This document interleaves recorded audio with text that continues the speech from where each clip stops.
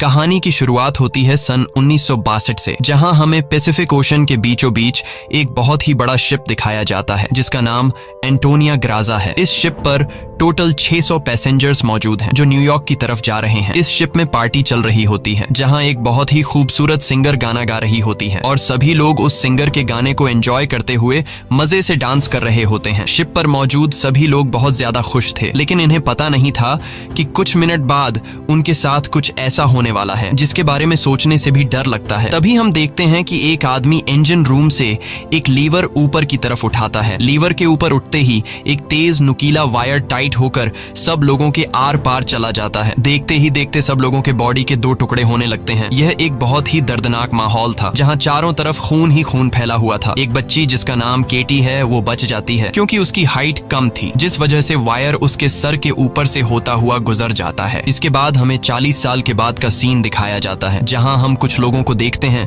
जो एक टग बोट की मदद से एक बड़े शिप को खींच कर ले जा रहे होते हैं। तभी अचानक वो पुराना शिप डूबने लगता है। यह देखकर ग्रुप का लीडर अपनी टीम में से एक लड़की जिसका नाम मर्फी है उसे उस पुराने शिप पर भेज देता है ताकि मर्फी उस पुराने शिप को जिस वायर से बांध कर ले जाया जा रहा था उसे आजाद कर दे, वरना अगर यह पुराना शिप डूब गया तो उसके साथ साथ इनकी ये टग बोट भी डूब जाएगी। मर्फी जब उस पुराने शिप पर पहुंचती है तो उसे पता चलता है कि पुराने शिप के निचले हिस्से में दरार पड़ चुकी है, जिस वजह से शिप में तेजी से पानी भरता जा रहा है और अगले 5 मिनट में यह शिप पानी में डूब जाएगा। मर्फी ये बात अपनी टीम के लीडर को बताती है। ये सुनकर टीम का लीडर मर्फी को ऑर्डर देता है कि जिस वायर से हम इस शिप को खींच रहे हैं उस वायर को आजाद कर दो और फौरन वहां से निकलकर हमारे पास टग बोट पर पहुंचो, क्योंकि हम इस पुराने शिप को छोड़कर जाने वाले हैं। तभी टीम के 2 और साथी भी मर्फी के पास पहुंच जाते हैं और वो भी मर्फी को बाहर निकलकर शिप को छोड़ने के लिए कहते हैं, लेकिन इस शिप को ढूंढने में उन्हें 3 महीने लगे थे, जिस वजह से मर्फी इतनी आसानी से इस शिप को छोड़कर नहीं जाने वाली थी। वो शिप को बचाने के लिए नीचे पानी में कूद जाती है, जिसे देखकर ऊपर बैठे 2 साथी भी औजार लेकर मर्फी के पीछे कूद जाते हैं। ये तीनों जैसे तैसे करके शिप को डूबने से पहले ही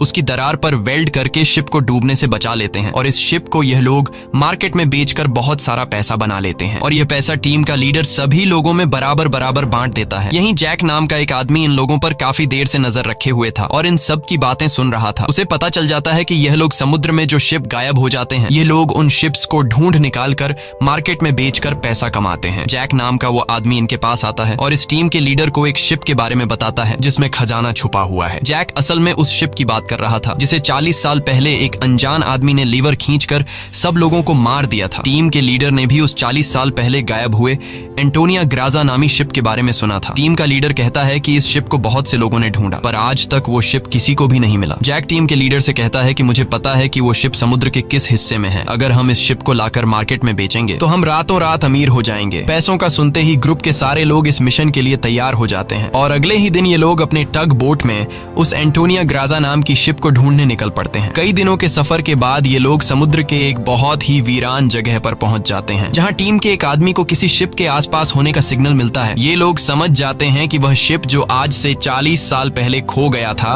वह यहीं कहीं पर है। थोड़ा ही आगे बढ़ने पर इनके सामने एक बहुत ही बड़ा शिप आ जाता है। ये वही शिप है जिसे हमने कहानी की शुरुआत में देखा था और ये शिप पिछले 40 सालों से समुद्र में गायब हो गया था। इस शिप को देखकर ये सभी लोग बहुत ज्यादा खुश हो जाते हैं और उन्हें लगता है कि इस शिप को बेचकर ये लोग माला माल हो जाएंगे। अब टीम का लीडर 2 लोगों को टग बोट में ही रहने के लिए कहता है और खुद कुछ साथियों के साथ उस पुराने शिप की जांच के लिए अंदर चला जाता है। अंदर जाते ही इन लोगों को बहुत ही अजीब सी आवाज आने लगती है जिसे सुनकर ये लोग घबरा जाते हैं। इसके बाद टीम का लीडर अपने साथियों को आगे बढ़ने के लिए कहता है। ये लोग उस आवाज को फॉलो करते हुए एक बड़ी सी घड़ी के पास पहुंचते हैं जहां ये लोग देखते हैं कि उस घड़ी का कांटा अभी भी हिल रहा है। कुछ देर बाद अचानक उस घड़ी का कांटा रुक जाता है। यह देखकर उन्हें कुछ अजीब लगता है। अब ये लोग शिप की ओर जांच करने के लिए आगे बढ़ते हैं। अंदर ये जहाज पूरी तरह से बिखर चुका था, जहां सारी चीजें टूट चुकी थीं और जहाज के लोहे में जंग लग चुका था। ये लोग जब आगे बढ़ रहे होते हैं तब उनका एक साथी नीचे फ्लोर टूटने की वजह से गिरने ही वाला होता है कि तभी मर्फी उसे पकड़ लेती है और जब मर्फी अपने साथी को ऊपर खींचती है तब उससे नीचे एक लड़की दिखाई देती है। ये वही लड़की है जो आज से 40 साल पहले यानी कि सन 1962 में शिप में अकेली बची थी, जिसके सिर के ऊपर से वायर गुजरा था। लेकिन हैरान करने वाली बात यह थी कि 40 साल बाद भी उसकी उम्र उतनी ही थी, जिसका मतलब यह है कि यह उस लड़की की आत्मा है। मर्फी उस लड़की को जब दोबारा देखती है तो वह लड़की अचानक कहीं गायब हो जाती है। अब ये लोग जैसे तैसे करके अपनी साथी को ऊपर की ओर खींच देते हैं। यहाँ मर्फी को कुछ समझ नहीं आता कि उसने जो देखा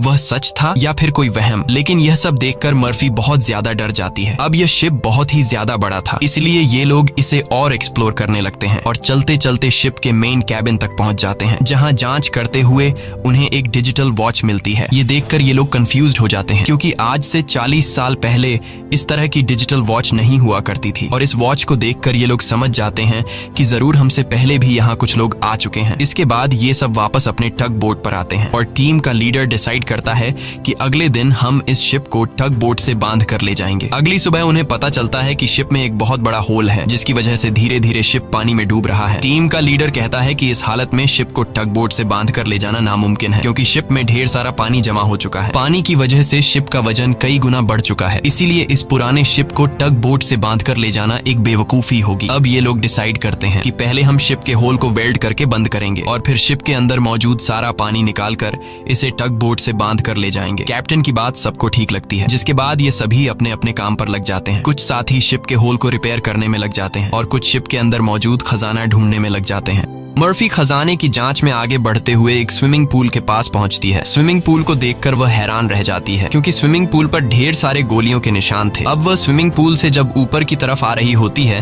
तभी एक बार फिर से वह लड़की मर्फी के सामने आ जाती है, जिसे देखकर डर के मारे मर्फी वापस नीचे पूल में गिर जाती है। उसका सर तेजी से स्विमिंग पूल के फ्लोर से टकराता है और खून निकलना शुरू हो जाता है, पर स्विमिंग पूल उसके खून को अब्सॉर्ब कर लेता है। मर्फी एक बार फिर से जब ऊपर देखती है तो वो लड़की वहाँ नहीं थी और अब वहाँ पर जैक होता है। जैक मर्फी को स्विमिंग पूल से बाहर निकालने में मदद करता है। बाहर निकलते ही मर्फी जैक से कहती है कि मैंने अभी अभी यहाँ पर एक लड़की देखी है, लेकिन पता नहीं वह अचानक कहाँ गायब हो गई। जैक मर्फी से कहता है कि यह तुम्हारा वहम होगा, यहाँ पर कुछ भी ऐसा नहीं है। इसके बाद ये दोनों आगे बढ़ते हैं और इन दोनों के यहाँ से जाने के बाद स्विमिंग पूल पूरी तरह से खून से भर जाता है। दूसरी तरफ टीम के लीडर को उस पुराने शिप के कैप्टन का रूम मिल जाता है। टीम का लीडर जब रूम के अंदर जाता है तो रूम काफी बुरी हालत में था। रिसर्च करने पर टीम के लीडर को वहाँ पर कुछ भी खास नहीं मिला। जब टीम के लीडर की नजर सामने टेबल पर पड़ती है तो वह देखता है कि टेबल पर एक शराब की बोतल और ग्लास में किसी ने पैक बनाकर रखा है। यह सब देखकर ऐसा लग रहा था जैसे अभी अभी कोई शराब पीकर चला गया हो। टीम का लीडर जैसे ही इस ग्लास को उठाकर पीने वाला होता है, तब उसकी नजर सामने लगे शीशे पर पड़ती है और शीशे में टीम के लीडर को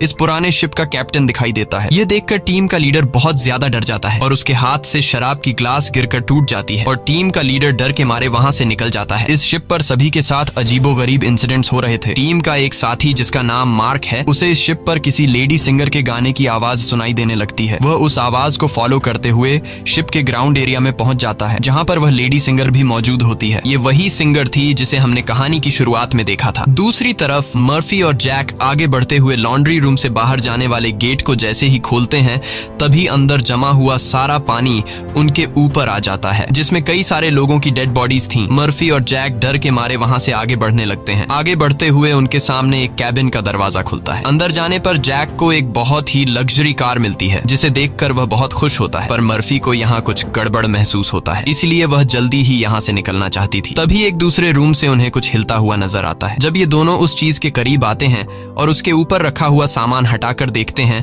तो उनकी आंखें खुली की खुली रह जाती हैं, क्योंकि वहां पर सोने से भरा हुआ एक बॉक्स पड़ा था। ये देखकर मर्फी अपने बाकी साथियों को तुरंत बुला लेती है और जब सब यहाँ पहुंचते हैं तो सामान हटाने पर उन्हें इसी तरह के 9 बॉक्स मिलते हैं और हर एक बॉक्स में 28 गोल्ड प्लेट्स पड़ी हुई थी, जिसे देखकर सभी की खुशी का ठिकाना नहीं रहता, क्योंकि ये सभी रातों रात अमीर हो गए। इतने बड़े खजाने को ढूंढने के बाद ये लोग डिसाइड करते हैं कि इस शिप को यहीं छोड़ देंगे और सिर्फ सोना यहाँ से लेकर जाएंगे। इसके बाद ये लोग सारा का सारा गोल्ड अपने टग बोट पर रख देते हैं और अब ये लोग यहाँ से निकलने की तैयारी करते हैं। टग बोट को चलाने वाला कैप्टन बोट को स्टार्ट करने के लिए इंजन की सफाई करने लगता है और तभी हमें दिखाया जाता है कि टग बोट में रखा गया सिलेंडर का वाल्व अपने आप चालू हो गया है, जिससे हवा में गैस फैलना शुरू हो जाता है। वही मर्फी एक बार फिर से उसी लड़की को देखती है जो उसकी तरफ तेजी से भागती हुई आ रही होती है, जैसे वह मर्फी को कोई बात बताना चाहती हो, पर तभी उसे कोई पकड़कर नीचे धकेल देता है और जैसे ही टग बोट का कैप्टन इंजन को ऑन करता है, तभी सिलेंडर से निकली गैस की वजह से पूरे बोट में एक बहुत ही बड़ा ब्लास्ट होता है, जिसमें टग बोट का कैप्टन मारा जाता है। अब ये लोग समुद्र के बीचों बीच एक सुनसान शिप पर फंस चुके थे। ये सभी लोग बहुत ज्यादा परेशान होते हैं, क्योंकि उनके पास जो यहाँ से निकलने का टग बोट था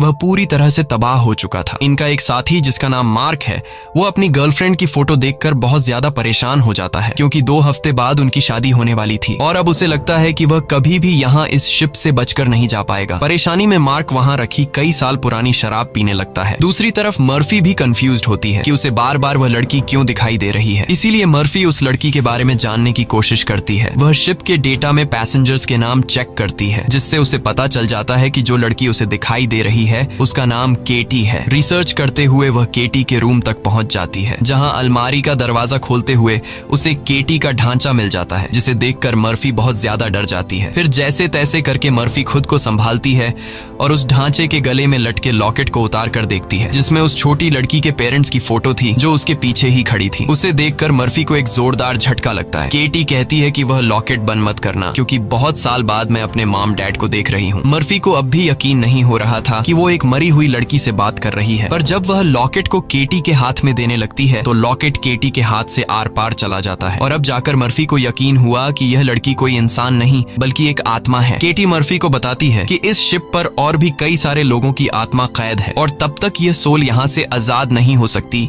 जब तक उस आदमी को न मारा जाए जो लोगों की आत्मा को यहाँ पर कैद करता है। मर्फी केटी से पूछती है कि कौन है वो आदमी जिसने तुम्हें और बाकी लोगों की आत्माओं को यहाँ कैद कर रखा है। केटी जैसे ही मर्फी को उस आदमी के बारे में बताने वाली होती है, तभी अचानक छत पर कुछ अजीब से कीड़े निकलने लगते हैं, जिसे देखकर केटी बहुत ज्यादा डर जाती है और वह मर्फी से कहती है कि जल्द से जल्द इस शिप से तुम लोग निकल जाओ वरना तुम लोग मारे जाओगे। इसके बाद केटी गायब हो जाती है। दूसरी तरफ मार्क पूरी बोतल पीने के बाद उसे चक्कर आने लगा। उसके आसपास पड़े सभी टेबल और चेयर्स हिलने लगते हैं। देखते ही देखते सब कुछ रिपेयर होकर नया हो गया और आज से 40 साल पहले जो लोग इस शिप में मारे गए थे वह दोबारा से मार्क के सामने जिंदा खड़े हो गए। मार्क बीच में खड़ा था, जिसके चारों तरफ लोग उसके लिए तालियां बजाने लगे। शुरू में तो मार्क को भी कुछ अजीब लगता है, लेकिन फिर वह सोचता है कि यह सब शराब का कमाल है। अगले ही पल वह लेडी सिंगर मार्क के करीब आ गई और वह मार्क के साथ इंटीमेट होने लगी। लेडी सिंगर पूरी तरह से मार्क को अपने वश में करके अपने पीछे लगा देती है। मार्क भी बिना कुछ सोचे समझे उसके पीछे जाने लगा। बेवकूफ मार्क को पता ही नहीं चलता कि यह सिंगर उसे एक ट्रैप में फंसा रही है। वह लेडी सिंगर फ्लोर के किनारे पर खड़ी होकर मार्क को बुलाने लगती है। मार्क इस सिंगर को हासिल करने के चक्कर में फ्लोर से नीचे गिरकर मारा जाता है। वही हमें टीम के लीडर को दिखाया जाता है, जो इस पुराने शिप के कैप्टन के रूम में बैठा होता है। तभी वह देखता है कि शराब की बोतल अपने आप ही सरकने लगी। कुछ देर बाद उसके सामने इसी शिप के कैप्टन की आत्मा आ जाती है। यह देखकर टीम का लीडर काफी ज्यादा घबरा जाता है। तब शिप का कैप्टन उसे ग्लास में शराब डालकर पीने के लिए देता है। साथ ही वह उसे फोटो देता है जिसमें एक शिप होता है जिसका नाम लोरली है। कैप्टन बताता है कि आज से कई साल पहले हमारे पास एक आदमी आया था जिसने हमें लोरली शिप के बारे में बताया। उसने कहा कि लोरेलाई शिप में बहुत ही बड़ा खजाना छुपा हुआ है। जब हमने लोरेलाई शिप को रेस्क्यू किया तब हमें सच में वो सारा खजाना मिला। कैप्टन टीम के लीडर को एक दूसरी फोटो दिखाते हुए कहता है कि ये वो आदमी है जिसने हमें लोरेलाई शिप का बताया था। टीम का लीडर उस आदमी की फोटो देखकर उसके गले में सांसें अटक जाती हैं, क्योंकि वह आदमी कोई और नहीं बल्कि जैक था और यह फोटो 40 साल पुरानी थी। 40 साल गुजरने के बाद आज भी उसके उम्र में कोई बदलाव नहीं हुआ। वह फोटो में बिल्कुल वैसा ही दिख रहा था जैसे 40 साल पहले दिखता था। अब टीम का लीडर समझ जाता है कि जैक कोई इंसान नहीं बल्कि एक भूत है। ये सब समझते ही टीम का लीडर जल्द ही अपनी टीम को इस शिप से निकालना चाहता था। वह जल्दी से अपने साथियों को ढूंढने लगता है, पर तभी उसके सामने उसका वही साथी आ जाता है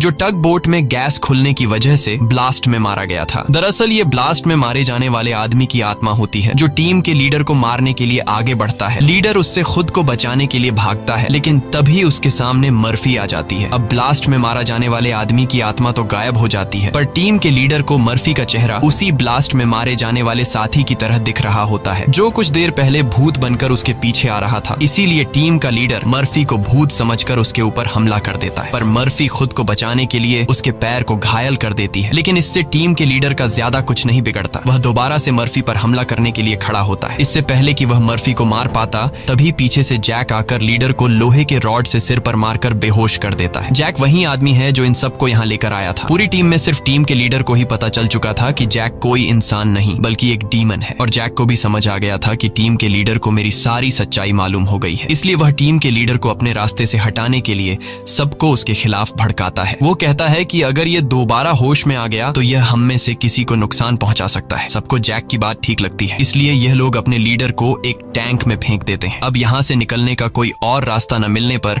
यह लोग प्लान के मुताबिक शिप को रिपेयर करने के काम में लग जाते हैं। जल्द ही शिप में जिस सुरंग से पानी अंदर आ रहा था उस सुरंग को यह लोग वेल्ड कर देते हैं और पंप के जरिए जहाज के अंदर जमा हुआ पानी बाहर निकालने लगते हैं। मर्फी देखती है कि उनका एक साथी जिसका नाम मार्क है वो कहीं भी नहीं दिखाई दे रहा, इसलिए मर्फी उसे ढूंढने निकल पड़ती है। तभी उसके सामने उस लड़की की आत्मा एक बार फिर से आ जाती है जो उसे दिखाती है कि तुम जिस आदमी को ढूंढ रही हो वह मर चुका है। यह मार्क होता है जो लेडी सिंगर को पाने के चक्कर में मारा गया। और अब यह लड़की मर्फी के कंधे पर हाथ रखकर उसे 1962 की उस रात में ले जाती है जहां यह सारा इंसिडेंट हुआ था, जब सबके सब शिप में मारे गए थे। उस रात शिप पर मौजूद सभी लोगों को बहुत ही बेरहमी से मारा गया था और यह सब एक ग्रुप कर रहा था जिसका मकसद था इस शिप पर मौजूद सारा गोल्ड चुराना। इन लोगों ने कुछ लोगों को खाने में जहर मिलाकर मार डाला, कुछ लोगों को वायर से काटकर उनके 2 टुकड़े कर दिए और कुछ को गोलियों से छलनी कर दिया गया। इनके कहर से केटी भी नहीं बच पाई। उन्होंने केटी को उसके रूम में ले जाकर फांसी पर लटका दिया। इन सब के पीछे थी वही लेडी सिंगर जिसने गोल्ड लूटने के लिए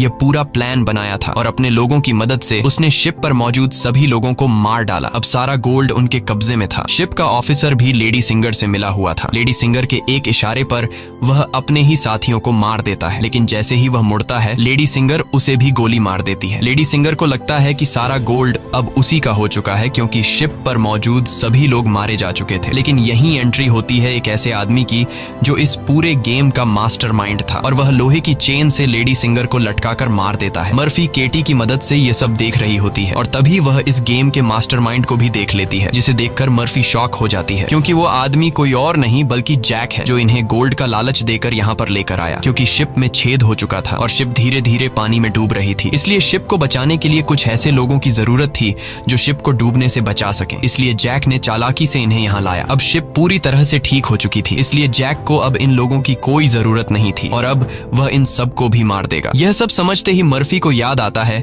कि हमने जैक की बातों में आकर अपने लीडर को टैंक में बंद कर दिया था। अब मर्फी अपने लीडर की जान बचाने के लिए उसके पास दौड़ कर जाती है, लेकिन अब टैंक में पानी भरने की वजह से लीडर की मौत हो गई होती है। मर्फी अपने लीडर को बचाने के लिए टैंक का कांच तोड़ने की कोशिश करती है, पर टैंक का कांच बहुत ही मजबूत था, इसलिए लाख कोशिश करने के बावजूद भी लीडर को बचा नहीं पाती। इसके बाद मर्फी अपने एक साथी के पास आती है जिसका नाम डॉज है। मर्फी डॉज को जैक की सारी सच्चाई बता देती है और कहती है कि जैक तुम्हें जहां भी नजर आए उसे शूट कर दो, मैं अपने एक और साथी को ढूंढने जा रही हूँ। मर्फी के जाने के कुछ देर बाद जैक डॉज के सामने आ जाता है, जिसे मर्फी ने कहा था कि जैक जहां भी नजर आए उसे शूट कर दो। डॉज जैक से कहता है कि यहीं पर खड़े रहो और अपनी जगह से हिलना मत। ये सुनकर जैक समझ जाता है कि मर्फी ने इसे मेरी सारी सच्चाई बता दी है। तब जैक डॉज को बातों में उलझाकर डॉज से बंदूक छीनने की कोशिश करता है, लेकिन डॉज जैक की होशियारी समझ जाता है और वो फौरन जैक पर बंदूक की गोली चला देता है, जिससे जैक दूर जा गिरता है। जिसके बाद डॉज जैक के पास आता है और देखता है कि जैक मारा जा चुका है। यह देखकर डॉज वहां से चला जाता है, लेकिन हम देखते हैं कि जैक अभी भी मरा नहीं है। दूसरी तरफ मर्फी अपने जिस साथी को ढूंढने गई थी, मर्फी को पता चल जाता है कि वो पानी में मारा गया है। अब डॉज के अलावा मर्फी के सारे साथी मारे जा चुके थे, इसलिए मर्फी डिसाइड करती है कि वो इस पूरे शिप को तबाह कर देगी। जिसके बाद मर्फी शिप के हर एक कोने में बॉम्ब फिट करने लग जाती है और तभी उसके पास डॉज आ जाता है। डॉज मर्फी को बताता है कि मैंने जैक को मार दिया। ये सुनकर मर्फी कहती है कि जैक नहीं मरने वाला है, क्योंकि जैक कोई इंसान नहीं बल्कि एक डीमन है, इसलिए हमें यह पूरी शिप ब्लास्ट करनी होगी ताकि जैक हमारी तरह और किसी इंसान को यहाँ लाकर न फंसा सके। और जैक ने जितने भी सोल्स को इस शिप में कैद कर रखा है वो सभी आजाद हो जाएंगे। डॉज यहाँ पर गुस्से से मर्फी को समझाता है कि हमें शिप को ब्लास्ट नहीं करना चाहिए, क्योंकि इस तरह से शिप में रखा सारा गोल्ड बर्बाद हो जाएगा और हमें बिना गोल्ड हासिल किए खाली हाथ घर लौटना होगा। मर्फी कहती है कि यह गोल्ड दरअसल जैक का एक चाल है जो हम यहाँ से कभी भी नहीं ले जा पाएंगे, इसलिए मुझे हर हाल में यह शिप ब्लास्ट करनी होगी। अब जैक समझ जाता है कि मर्फी किसी भी हाल में नहीं मानने वाली, इसलिए जैक अपने असली रूप में आ जाता है, जिससे हम समझ जाते हैं कि जैक ने डॉज को भी मार दिया था। जैक उसे बताता है कि तुम्हारा और मेरा काम एक ही है, जिस तरह से तुम समुद्र में फंसी हुई शिप्स को जमा करती हो उसी तरह से मैं सोल्स को जमा करता हूँ। पहले मैं भी इंसान था, लेकिन मैंने बहुत पाप किए जिसके बदले मुझे यह काम दिया गया, और अब मैं सोल कलेक्टर हूँ जिसके लिए मुझे शिप की जरूरत है और मैं नहीं चाहता कि तुम इस शिप को ब्लास्ट करो। जैक मर्फी को एक चांस देता है। वो कहता है कि जाओ, मैं तुम्हें नहीं मारूंगा, लेकिन बदले में तुम्हें इस शिप को ब्लास्ट नहीं करना होगा। पर मर्फी उसकी बात नहीं मानती, जिसके जिसके बाद जैक एक लोहे के रॉड से उस पर हमला कर देता है, जिससे मर्फी नीचे गिर जाती है। अब जैसे ही जैक मर्फी को मारने के लिए आगे बढ़ता है, तब मर्फी एक तीर चलाकर उस बॉम्ब वाले रिमोट पर निशाना लगाती है और खुद फौरन पानी में कूद जाती है, जिसके बाद शिप में एक बहुत बड़ा ब्लास्ट होता है। ब्लास्ट की वजह से शिप पानी में डूबने लगती है और मर्फी पानी के अंदर शिप के नीचे फंस चुकी होती है। अब उसे बाहर निकलने का कोई रास्ता नहीं दिखता और उसकी सांसें भी फूलने लगती हैं। पर तभी वहां पर केटी की आत्मा आती है, जो मर्फी को हाथ से पकड़कर ऊपर का रास्ता दिखाती है। तब मर्फी देखती है कि जैक ने जितने भी सोल्स को कैद कर रखा था, वो सभी सोल्स आजाद हो गई हैं। मर्फी बड़ी मुश्किल से ऊपर सरफेस पर आ जाती है और वो देखती है कि शिप में जितने भी सोल्स थे वो सब अपनी असली दुनिया में जाने लगे हैं। दरअसल यहाँ जितने भी सोल्स थे वो सभी जैक के गुलाम थे। सिर्फ केटी की सोल उसकी गुलाम नहीं बन पाई, क्योंकि केटी की सोल पवित्र थी, जिस वजह से जैक उस पर ज्यादा कंट्रोल नहीं कर पा रहा था। इसीलिए केटी की सोल बार बार मर्फी की मदद कर रही थी। यहाँ मर्फी एक बॉक्स के सहारे समुद्र में तैरती रहती है और तभी वो एक शिप तक पहुंच जाती है, जो शिप उसे रेस्क्यू कर लेता है। जब उसे पोर्ट पर लाया जाता है तो वो अपनी एम्बुलेंस से देखती है कि जैक अभी भी जिंदा है और शिप का जितना भी गोल्ड था वो उस गोल्ड को एक दूसरे शिप में ट्रांसफर कर रहा है, ताकि उस गोल्ड के लालच में वो और भी लोगों को मार सके और उनकी आत्माओं को कैद कर सके। इसी के साथ ये कहानी खत्म हो जाती है। अगर आपको हमारी वीडियो अच्छी लगी हो तो हमारे चैनल को सब्सक्राइब और वीडियो को लाइक जरूर कीजिएगा।